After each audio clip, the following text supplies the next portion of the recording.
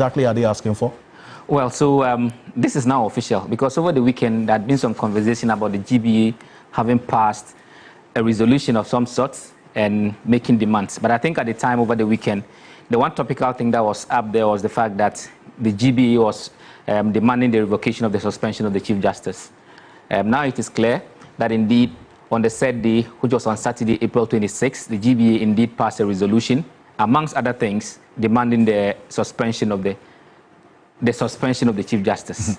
And clearly, the argument that the GBA is making, or how they arrived at the conclusion, is to the fact that, I mean, in their view, the decision to suspend the Chief Justice, it's discretionary. And the president, in performing such a discretionary function, ought to comply with Article 296 of the 1992 Constitution, which provides a guide as to how discretionary powers should be exercised. It is the view of the GBA that the president, who is not a judicial officer, he's not a judge, ought to have published some instrument of a sort, either constitutional instrument or a statutory instrument, specifying how that discretion was exercised. And to the extent that that wasn't happen, I mean, that did not happen before the suspension of the Chief Justice, the GBA is of the view that the said act was unconstitutional. And they didn't mince words in saying that. They described the act of suspending the suspension of the Chief Justice was unconstitutional? Yes, as being unconstitutional.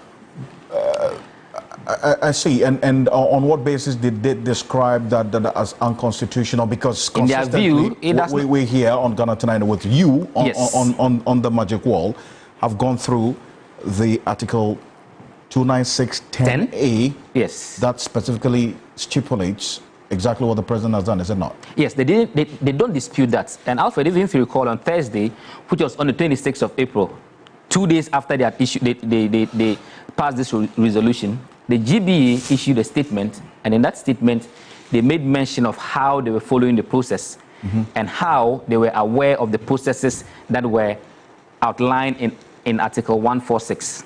They did indicate that they were only calling on all persons who were in this process to heed to Article 296. So they themselves expressly mentioned that they were aware of the process under Article 146, 6, 7, 8, 9, and 10, which includes the suspension, of course. But they were only cautioning that care should be taken that full compliance be given to Article 296. So in hindsight, if you look at that statement, then you can understand how this resolution came about, because the reason for declaring the conduct of the president, and I say declaration because that's what it appears to be, that it is unconstitutional, is because in their view, it does not conform with Article 296, which guides the way discretionary powers should be exercised according to the Constitution. To that extent, according to the GBA, they deem that as being unconstitutional. Now, having said so, they're also demanding that there should be an enactment of clear regulations to guide Article 146 proceedings on removal of justices. Now, Alfred, even though they did not say more, knowing what we know and how we got here, and knowing that there are pending suits at the Supreme Court regarding the removal of the Chief Justice and seeking interpretations, it is clear that indeed there has to be a clear path as to how to navigate Article 146.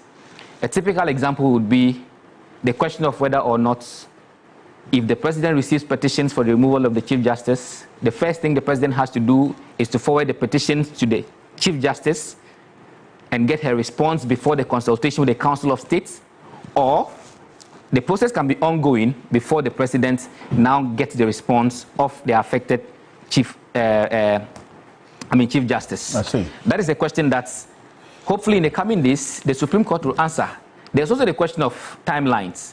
You recall that the Chief Justice, when she wrote the letter to the presidency asking for the petitions, she was asking for 7 days. Yes. The president gave her 10 days. The question is, how long should it take for one to respond to such petition? So, I mean, even though the GBA... But in the absence of all of these regulations and the constitutional instruments that the GBA is asking for to guide the execution of Article 146, specific 10A, the president can only work with what is existing, is it not? Precisely so. So, has any wrong been committed? Well, I do not see the GBA on that particular one to be faulting anyone or to be suggesting that a wrong has been done, except to say that it's a demand they are making.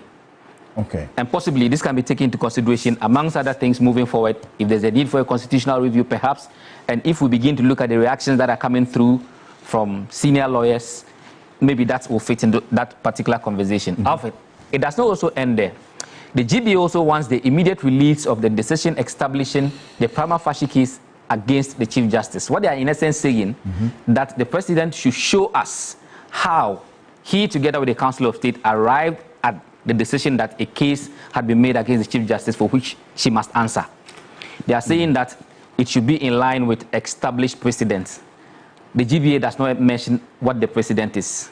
But then again, if we follow discussions in the last few years and times that we have come to a place like this, we recall somewhere in December when Professor Koko Asare petitioned the President for the removal of the same Chief Justice. There was a statement from the presidency indicating how that petition was dismissed. But that was after the fact, is it not? That was, so yes, after the fact. So what it means is that at the end of it, a decision was made whether there was a case or not. That was communicated. After the process had ended? Of course, because there was no case made, the process had to come to an end.